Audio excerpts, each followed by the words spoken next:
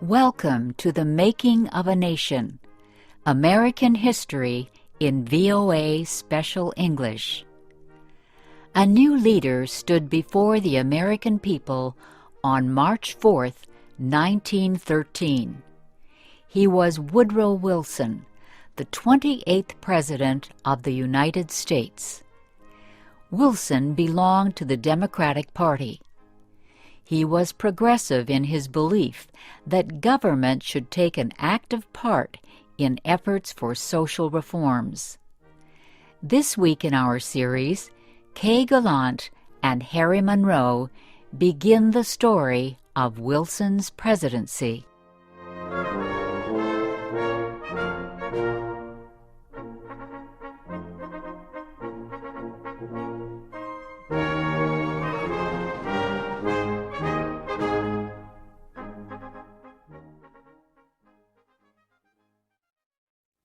Woodrow Wilson had spent most of his life at Princeton University.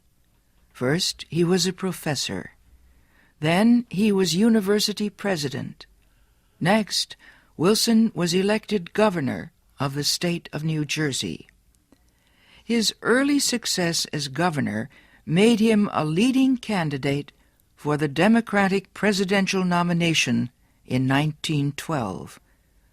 Wilson traveled widely around the country during the campaign. He made speeches to many groups. He tried to make himself and his ideas known to as many Americans as possible. Wilson called his program the New Freedom.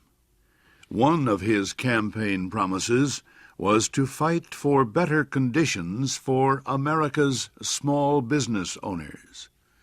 Such proposals helped him win the Democratic nomination for president. Then he defeated President William Howard Taft and former President Theodore Roosevelt in the election. Woodrow Wilson, the former president of a university, had become the president of a nation. The largest crowd in Washington, D.C.'s history welcomed Wilson outside the Capitol building on the day of his inauguration. He called on the American people to join him in making the country a better place.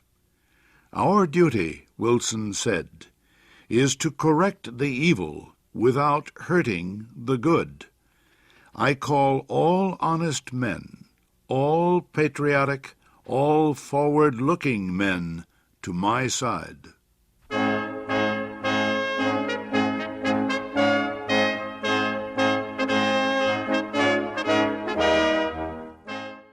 Wilson wasted no time.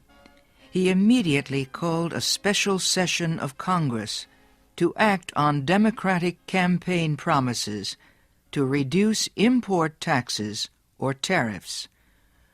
Wilson felt strongly about the need to reform these taxes.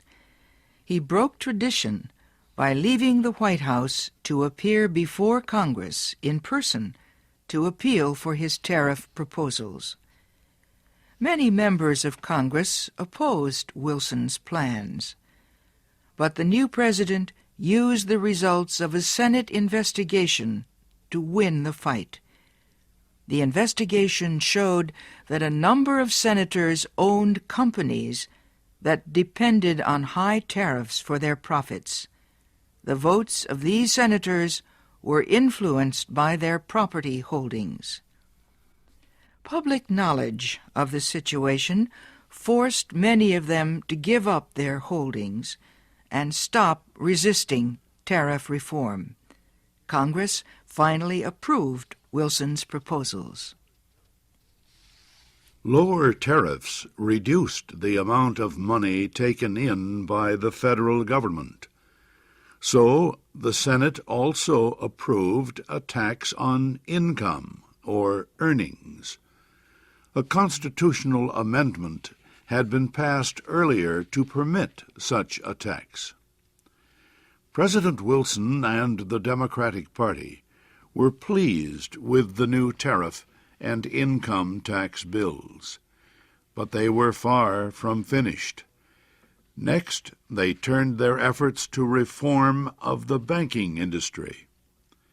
For several years, many people had recognized the need for changes in the banking system. The old system of uncontrolled private banks had developed years earlier, before the United States became a major industrial nation. Many people agreed that a more modern system was needed, but they could not agree on details. President Wilson said control of the nation's wealth was held by too few men.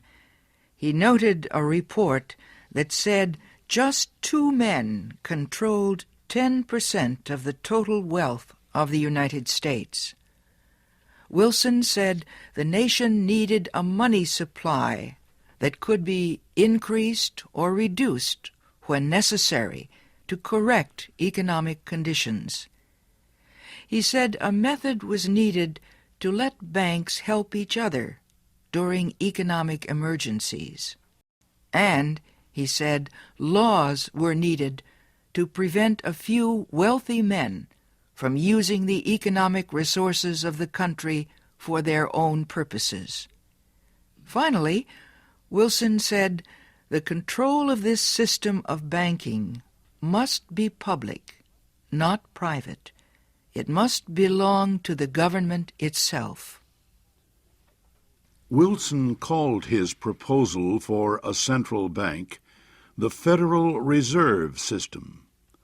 Under the plan, the nation would be divided into 12 areas. Each area would have its own Federal Reserve Bank. These area banks would not do business with the public. They would serve only as bankers' banks, and they would issue a new form of money supported by the federal government. Most important, the leaders of the new system would be chosen by the government, not by private business.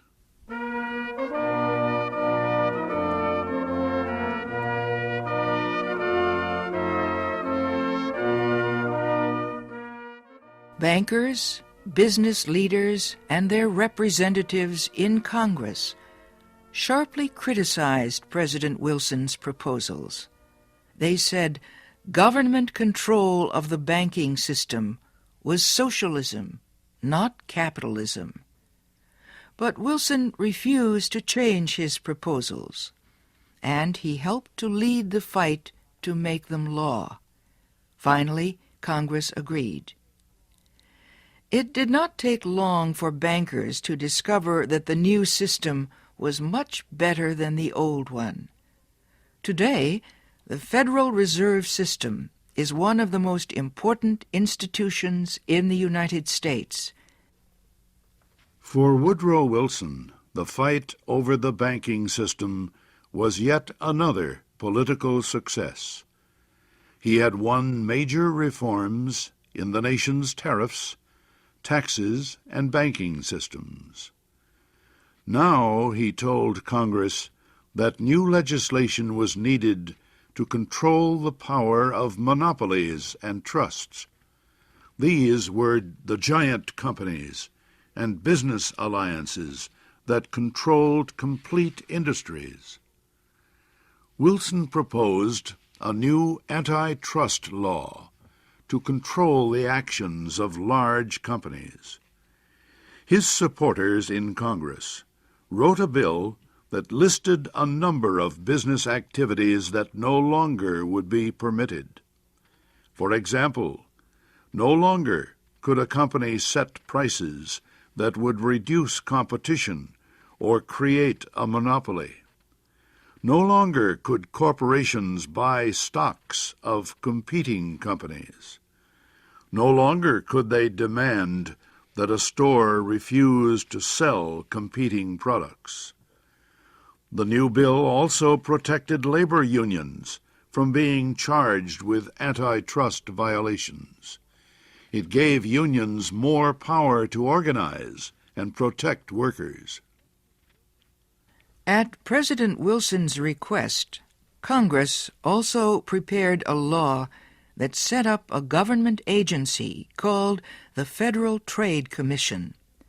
The commission was given the job of investigating wrongdoing in business. It had the power to force companies to obey the new antitrust laws and other rules. Both the antitrust law and the Federal Trade Commission help protect small business owners from the power of business giants. Once again, the proposals caused fierce debate, but once again, Congress finally voted to give Wilson most of what he wanted.